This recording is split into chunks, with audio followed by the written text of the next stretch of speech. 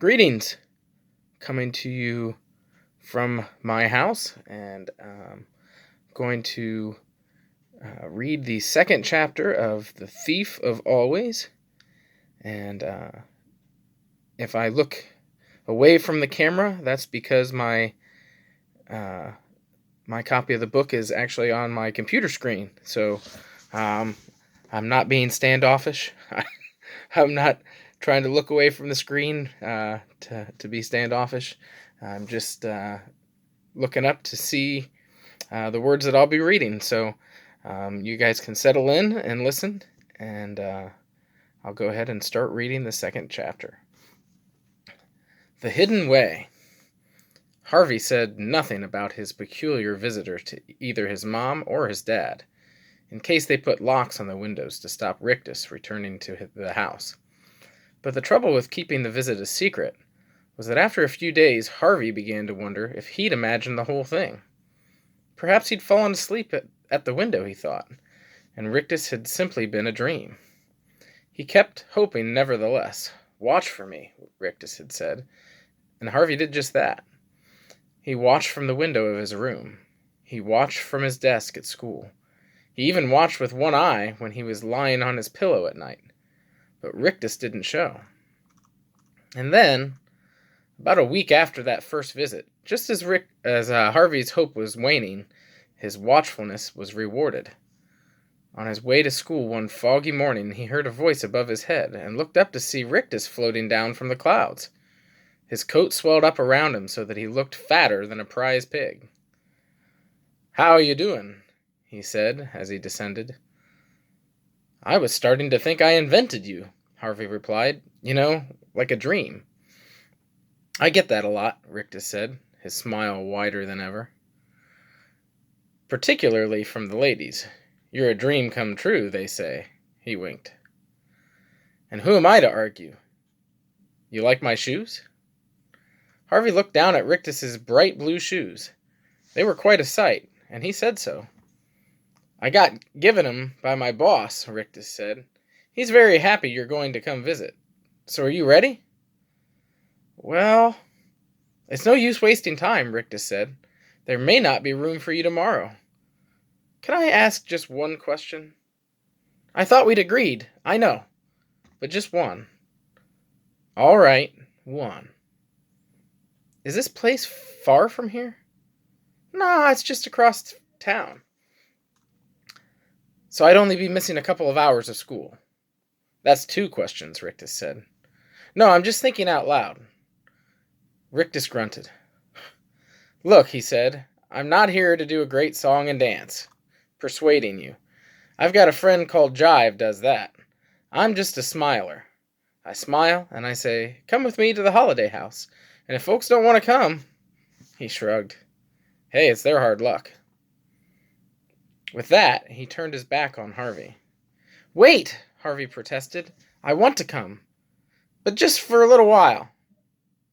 "You can stay as long as you like," Rictus said. "Or as little. All I want to do is take that glum expression off your face and put one of these up there." His smile grew even larger. "Is there any crime in that?" "No," said Harvey. "That's no crime. I'm glad you found me. I really am." So what if he missed all the morning at school, he thought. It'd be no great loss, maybe an hour or two of the afternoon as well, as long as he was back home by 3 or 4, certainly before dark. "I'm ready to go," he said to Rictus. "Lead the way." Millsap, the town in which Harvey had lived all his life, wasn't very big, and he thought he'd seen just about all of it over the years. But the streets he knew were soon behind him, and though Rictus was setting a fair speed, Harvey made sure he kept a mental list of landmarks along the way, in case he had to find his way home on his own. A butcher's shop with 2 pigs' heads hanging from the hooks, a church with a yard full of old tombs beside it, the statue of some dead general, covered from hat to stirrups in pigeon dung. All these sights and more he noted and filed away. And while they walked, Rictus kept kept up a stream of idle chatter. "I hate the fog, just hate it," he said. "And there will be rain by noon. We'll be out of it, of course." He went on from talk of rain to the state of the streets. "Look at this trash all over the sidewalk. It's shameful. And the mud, it's making a fine old mess of my shoes." He had plenty more to say, but none of it was very enlightening. So after a while, Harvey gave up listening. How far was this holiday house, he began to wonder. The fog was chilling him, and his legs were aching. If they didn't get there soon, he was going to turn back. "I know what you're thinking," said Rictus. "I bet you don't. You're thinking this is all a trick. You're thinking Rictus is leading you on a mystery tour, and there's nothing at the end of it. Isn't that true?" "Maybe a little." "Well, my boy, I've got news for you. Look up ahead." He pointed, and there, not very far from where they stood, was a high wall, which was so long that it disappeared into the fog to right and left. "What do you see?" Rictus asked him. "A wall," Harvey replied, though the more he stared at it, the less certain of this he was.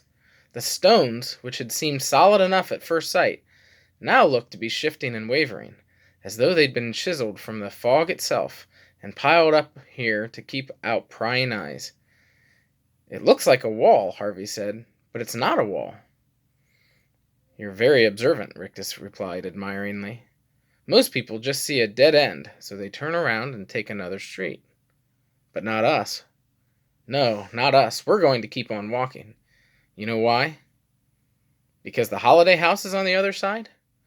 "What a miraculous kid you are," Rictus replied. "That's exactly right.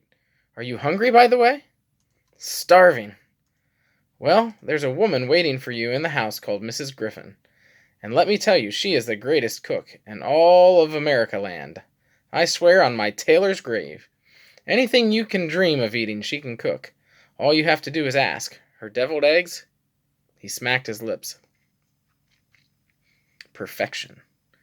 "I don't see a gate," Harvey said. "That's because there isn't one.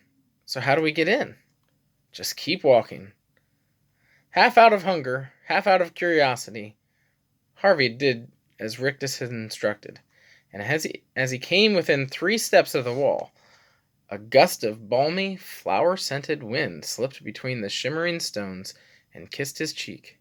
Its warmth was welcome after his long, cold trek, and he picked up his pace, reaching out to touch the wall as he approached it. The misty stones seemed to reach for him in their turn, wrapping their soft, gray arms around his shoulders, and ushering him through the wall. He looked back, but the street he'd stepped out of, with its gray sidewalks and gray clouds, had already disappeared. Beneath his feet the grass was high and full of flowers. Above his head the sky was midsummer blue, and ahead of him, set at the summit of a great slope, was a house that had surely been first imagined in a dream. He didn't wait to see if Rictus was coming after him, nor to wonder how the gray beast February had been slain and this warm day had risen in its place. He simply let out a laugh that Rictus would have been proud of, and hurried up the slope and into the shadow of the dream house.